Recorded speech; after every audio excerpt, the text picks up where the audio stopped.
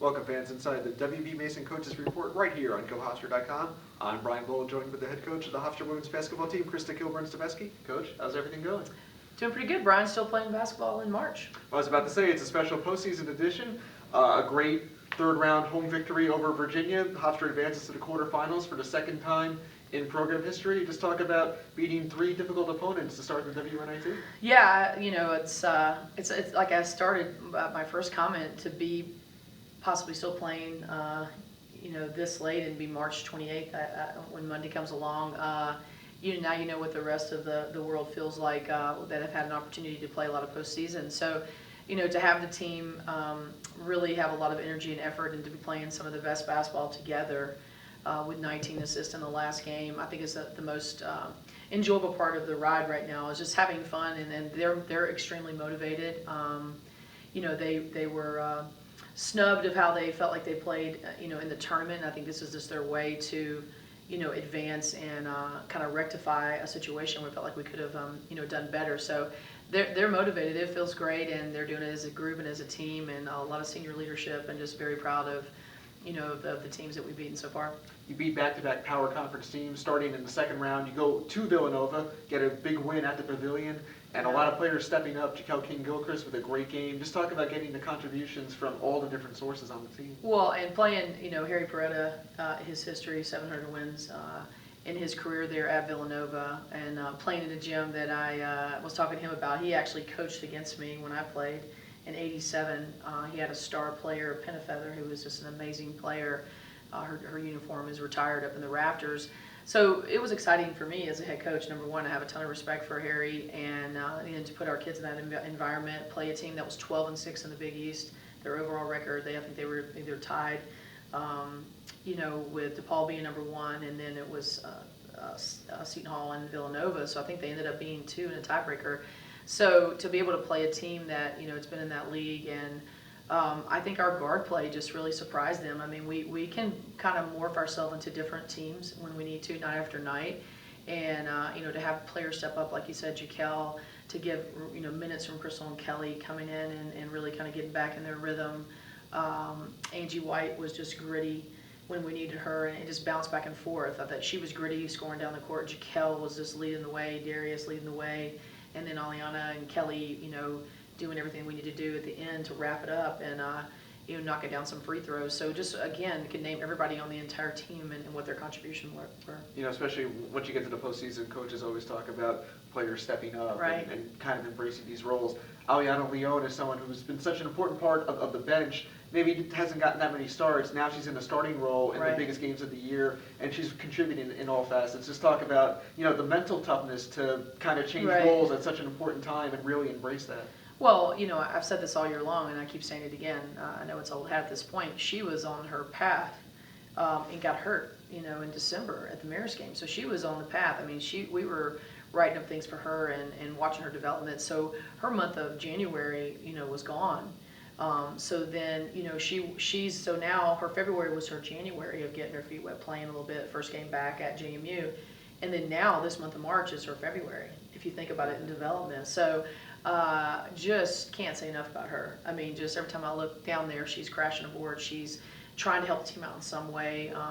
You know, very hard to predict, you know, how she plays it. It's you know, she's consistent. I don't know what she brings with energy and effort, but, you know, she's a tough one.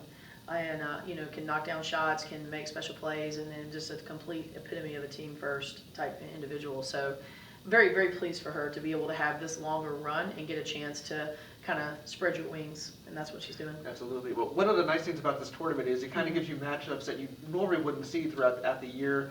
ACC member Virginia comes in. We don't get Hofstra doesn't get to host an ACC team that often. No. So just talk about, you know, the exciting opportunity to face a team like that and to be able to come away with a win like we did over Virginia. Well, and especially with, you know, the status of Ajane right now too. So, you know, we need everybody at this point, and, you know, we've been battle tested and bruised, and definitely got a lot of band-aids on things. So we you know, we were coming in there, but just what a great another team effort of just defending them, trying to contain Faith Randolph, who was dynamic. I thought Lauren Moses was trying to get her reps in there early, turning and facing on Angie and trying to go at us. And you know, here we go. That was a game.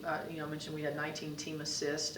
You know, They beat us in the rebounding, I think, just by a little. And, you know, again, they had just played Rutgers and they played like rock stars over there. I mean, it was an amazing game to watch them. They shot the ball extremely well, and they really took it to Rutgers. So I think, you know, for our kids to come out there and defend, which has always been something I've hung my hat on, pretty strong, and to, you know, just hang with them and get that win, I can't say enough. You know, it was just, again, another crazy total team effort. You know, Jaquel played amazing. Darius was leading the way, you know, all the way to Aliana, who was leading in all scores, and Angie White, that just really got her shot in the second half. And but she played great defense all in the first half. So, you know, I think that's what you have to do right now is just, you know, keep going, you know, keep your head up. Don't worry about runs and momentums. You got to answer, and we've been answering the call. And you found out last night who the opponent's going to be for the quarterfinals. It is Florida Gulf Coast. Hofstra will go down there and play in Fort Myers on Monday night at 7 p.m. Right. Florida Gulf Coast undefeated in the regular season in the Atlantic Sun. A very talented team, a deep team, and a team that's been successful at home. So what are the keys, just as you initially scout them? Well, and tons of seniors, right? We have like 7 seniors right now. But first of all, just he's done a remarkable job. I think he is the first and only coach in that program's history in 4 or 5 30-win seasons. You know, so you're dealing with a team that whole university's made their name on the men's side as well as on the women's side, and you know, so you're coming into their house, and you know they do have some similarities, but they are, you know, different than a lot of teams we played in our league. But you know, so they're bringing, like you mentioned earlier, a different look. You know, things that you don't necessarily get to see. Well coached.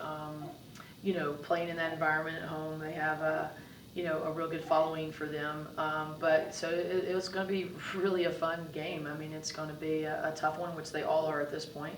You know, you're going to get down with 8 teams left, right? So total 16 of everybody NCAA and then WNIT by the time this weekend's over. So, you know, you expect the best teams to still be playing, you know, which will say a lot for, you know, his league and for our league, you know, trying to get at-larges. I mean, you know, I think we deserve an at-large as well as, you know, anybody else out there. You know, when you start looking at, you know, the quality of the teams that we play in the CA and how aggressive they are and how physical they are and how that propels us to be ready. So I think, you know, unfortunately the Power Fives, you know, take a lot of those seats when, you know, the other people will get overlooked, you know, such as like a Florida Gulf Coast and, you know, even ourselves and even the men on our side, the same thing. So just really proud to have this opportunity to go play a very good team, you know, down in Fort Myers, and just ready to do our best, play together, keep trying to do what we do, keep the same energy, have fun like we're doing right now, and then let's go. Sure. And finally, Hofstra's at 25 wins right now. One more win, and it ties the program's most in the Division I era. Just right. Let's talk about leaving a legacy. Just how much, you know, what would that mean for this group of Well, it's players? fun, you know, it just shows you how hard it is as you're developing a program, because remember, I was here for that 26-8 year. So, you know, you value these wins. I was thinking about something this morning, you know, about, you know, 2 things. Maybe as a player, you know, I did not value how much, how special it was to play in the NCAA. You know, 3 out of my 4 years, it was just a given when I came to NC State. We're winning 24 and we're winning 27 games, and you cared about winning more. And, you know, I think as a player, that was your expectation.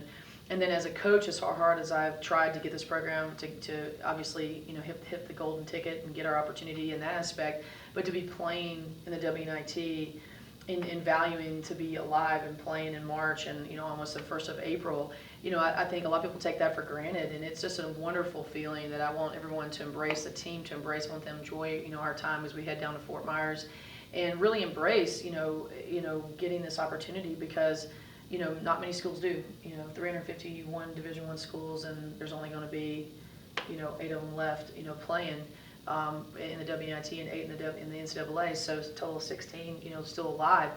But, you know, I think people take that for granted, and so I was part of that first year, and then, you know, it takes 9 years later, you know, getting a chance to win. You know, we beat Penn State in postseason, you know, a few years back. I think that was in 2010. And then, you know, played Harvard in WNIT, and then played Harvard again this year and got us back on the roll. So it's just it's a great feeling, and it's not easy.